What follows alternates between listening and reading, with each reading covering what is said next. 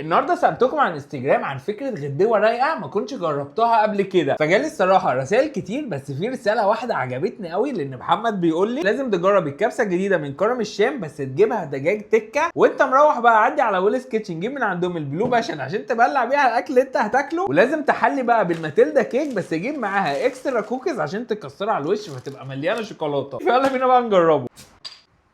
الحق يا لهوي يا لهوي، الله ايه ده؟ شبه الموهيتو بتاع المطاعم، في حاجه مكبوبه يا جدعان. يا نهار ابيض، الدليفري يا جدعان عمل بيها حادثه تقريبا.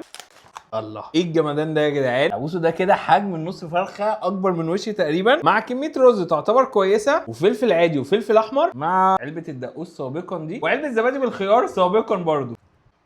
عايز اقول لكم ان الفرخه متبله حلوه قوي، ملحمه جدا من القلب بتاعها، والصراحه الفراخ نضيفه. ده الرز ده جامد.